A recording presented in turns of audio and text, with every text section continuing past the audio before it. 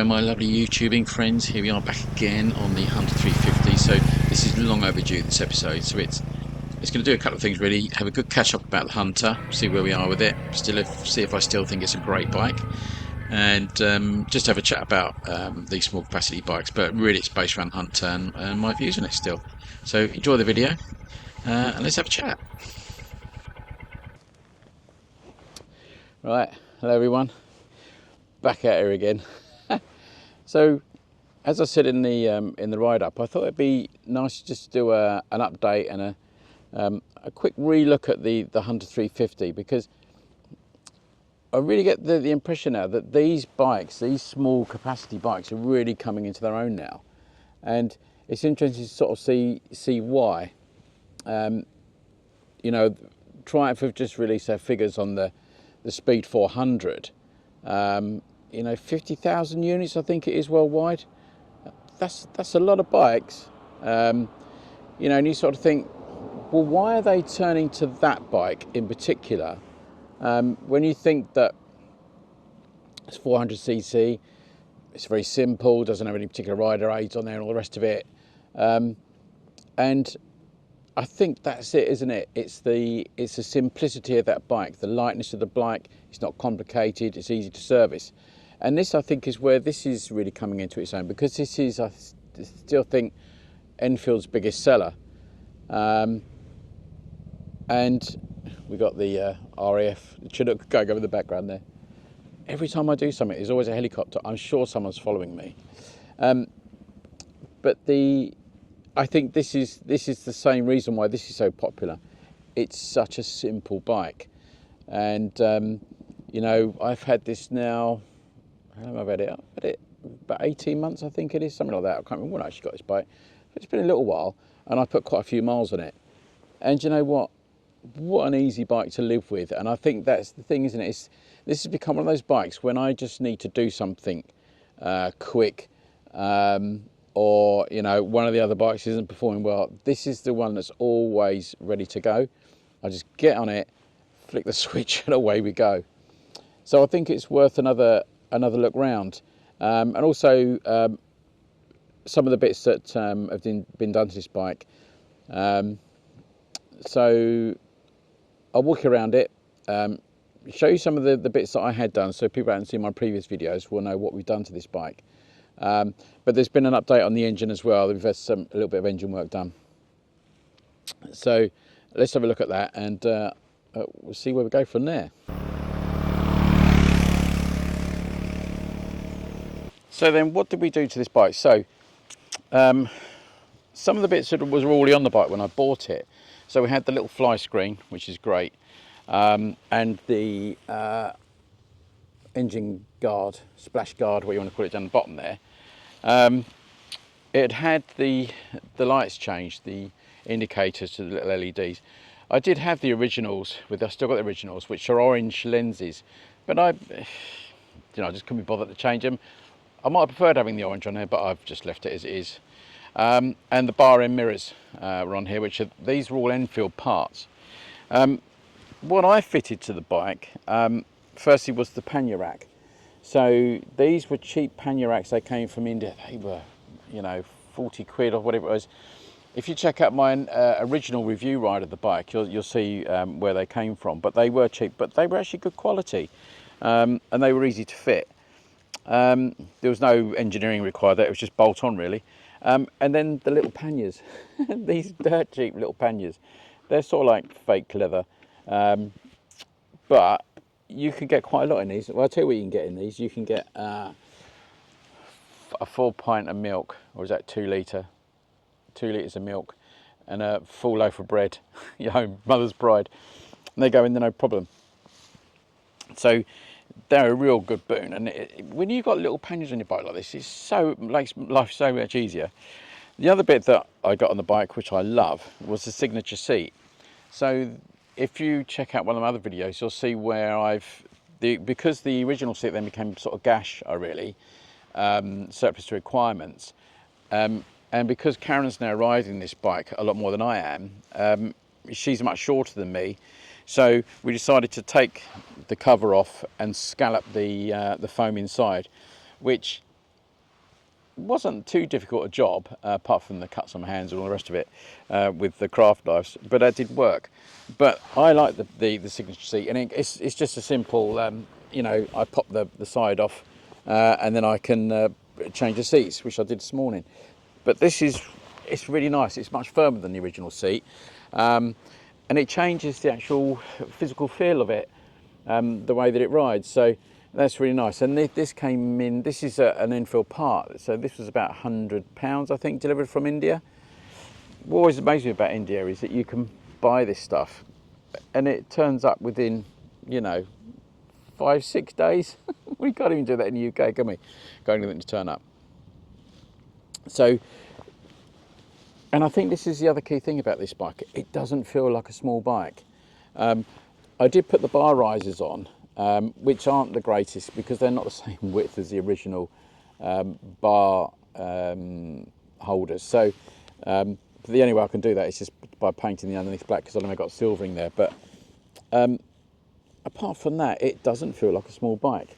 And the other key thing with this is just the damn looks of it. It always looked to me, when this colour came out, which when I was going to buy this bike, this was the only colour I was going to have. I thought this was phenomenal. It looks like a baby speed twin. That's what I'm thinking about, isn't it? The 900. It looks like that.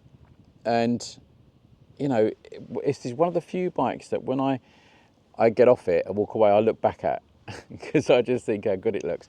And when I see Karen riding this bike, and you know, I see her in the mirror or whatever, it's such a great fit for her as well. And I'm not saying this is a lady's bike, this is just a motorbike. You know, anybody can ride these things, but it's just a good fit for her, and she looks really comfy on it. So, you know, the first thing I always say, it's a phenomenal looking bike. I really do think this is a great looking bike. And I did have someone comment on the Hunter the other day, you know, saying pound for pound it's the best bike you can buy. And I'm not going to disagree with you. I think for new bikes, this is brilliant. We did have that situation where when the Triumph came out 400 and that, and then we had the new Himalayan come out and stuff like that, it was thought, was this going to hit the second-hand values of these bikes?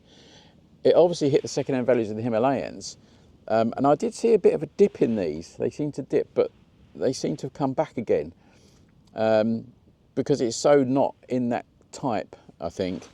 You know, it's a much lower horsepower bike. It's only half the horsepower of the Triumph. But I really do think, and people will shoot me down in flames because people have got Triumphs, I still think this is as good look as the Triumph. I really do. There's just such a nice clean line about it, but a classic. It's a great proportion. There's nothing where it shouldn't be. Just the proportion of the bikes are great. And I think also when you look at the, you know, the modern blacks and stuff, it's sort of slightly satin black. The paintworks are satin.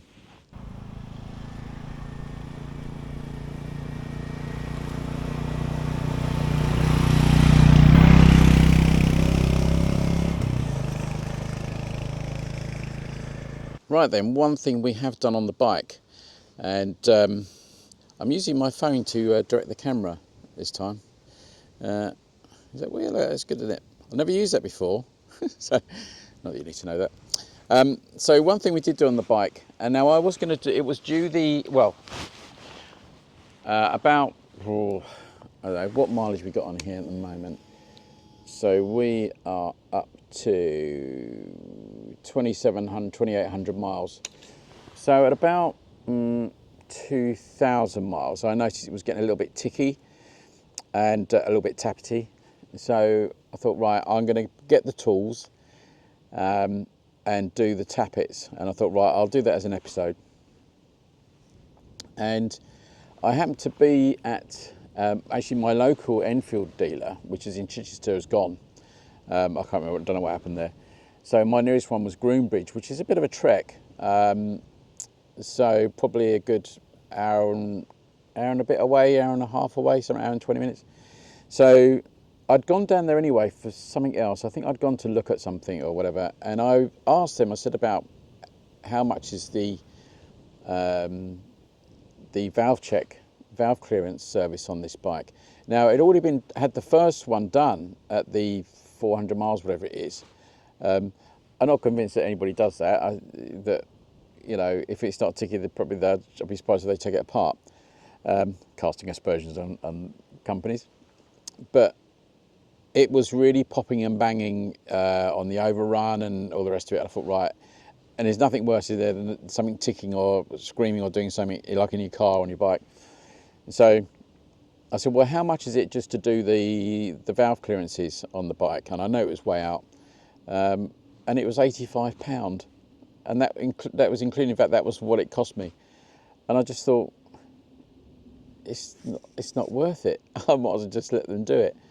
So for the aggravation of me taking the tank off and all the rest of it, just get the professionals to do it.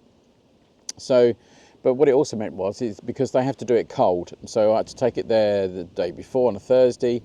I took it there in the morning, and then they keep it overnight. They do it the next morning, and then I can collect it. Now, being a long way away would mean I couldn't get home. So they do loan bikes at the Groombridge dealership there. So, and you'll see it on the channel probably a week ago, a couple of weeks ago, the GSX 8S. So that was all included in the £85. So I got a bike for 2 days, managed to get a review out on that. So I think the valve clearances is a nice thing to do if you want to do it. But for me, at that price, if your dealer's close enough, I just wouldn't. There was no point. I might as well get them to do it, and it's warranted, isn't it? And it came back, and it runs lovely. There's a little bit of popping and bang because these do anyway on the overrun, but there's no ticking, and that's really good on my ears. So yeah, I mean, and service-wise, to drop the oil pan, to drop the oil filter and stuff off this, it's a really quick job. And there's no point in me to take it over to do that. I know in theory you should do it for the warranty, but that's fine. I'm happy with that. They stamped the book to say that they did tap it, so yeah, all good. So servicing costs on this bike seem to be very, very good, even if you get a dealer to do it. I would have thought even if they changed the oil at the same time, I mean, I could have got them to do the oil, couldn't I? It probably would have been about £150, but well worth it. Well worth it. And when you look at the cost of servicing at the moment, it seems to be, some of these bigger companies, Honda and whatever, the cost of the servicing is astronomical because you've got to basically dismantle the whole darn bike. With these simple bikes, these simple small capacity bikes, you don't have to. You can see the oil drain, you can see the oil filter, you just unscrew it and do it. So, pretty good. And that's the other big bonus why I think this bike is such a good buy at the moment. I really do. So the really good bits on this bike, from a mechanical point of view, I've discussed enough about the looks of it, is the brakes. The brakes I still think the front brake on this is the best I've got on any bike I've ever ridden. It's just phenomenal. I don't know why, it's one of the Byberries and that, it's just, whether that's common with all these Hunters, I don't know, but that front brake is great. And one of the reasons it's great is because of the length of the lever and the width of it. You get so much mechanical advantage on that. It's blooming fantastic. Gearbox, lovely. It's smooth, slick. It's positive. That's the thing. There's no, am I, aren't I? It's just a really positive gearbox. The clutch is really light. When I get off, if I've been on my Interceptor and I get on this, I sort of forget how light this is and sort of can sometimes just stall it. But yeah, it's just a really easy bike to live with. Suspension wise, it's fantastic. It's firm, but not hard. It soaks up the bumps. I know Karen says how much she enjoys riding it. Her Street Triple, which is a sort of road race bike, isn't it really? It's just too hard for her, and it's the chance of it throwing you off is quite high for her because she's only small. On this, she said, I don't have to look at the road anymore. I don't have to keep worrying what I'm going to run over, which is quite interesting, isn't it? Miles per gallon, fantastic. we so rarely have to go to the garage to put anything in this. It just goes on and on and on. You've got a decent fuel gauge as well. It's the little increments, at least LCD increments, and they're fine. But this, I don't know what the fuel consumption is on this bike, but it must be in the 80s, 90s, something like that probably. I've never tested it fully, but I rarely ever seen it put any petrol in it. I'll show you one interesting trait with it, and I'll have to bring the camera around to show you that. So the one interesting, it's never bothered me, but Karen struggles with it a little bit. This side stand is actually quite positive. You got to, it's a real thing to get down. I like that, but the funny thing is, when you're on a bit of a slope, it feels like it is going to roll forward. But yeah, it's quite up on there. But at least it's gone down. And obviously you do get your side stand, your centre stand, and you do get these nice grab rails, which helps you just lift it up so it goes onto the stand nicely. So that was my updated thoughts on the Hunter. Great bike, love it. We'll continue to stay in the fleet. This is not going anywhere because this is now Karen's ride as such. But I will continue to ride it probably through the winter when I might put the Interceptor away a little bit and use this when we've got some bad weather. But there we are, as another car goes past. But take care. I'm going to go off and try and find a coffee, and I'll see you in the next video. Take care, everybody. Remember to subscribe and ride safe. Look after yourselves.